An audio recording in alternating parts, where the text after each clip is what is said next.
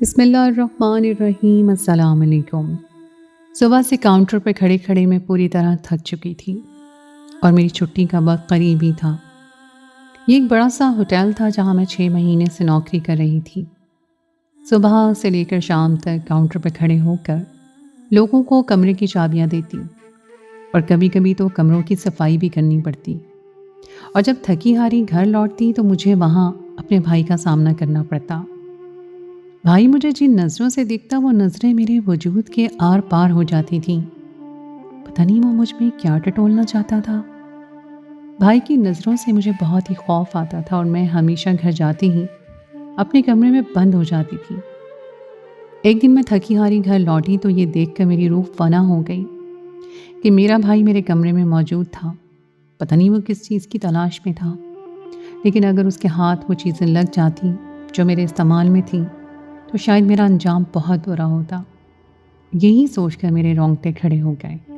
میں نے گھبراتے ہوئے بھائی سے پوچھا کہ تم کو کیا چاہیے جو میرے کمرے میں سب الٹ پلٹ کر رہے ہو؟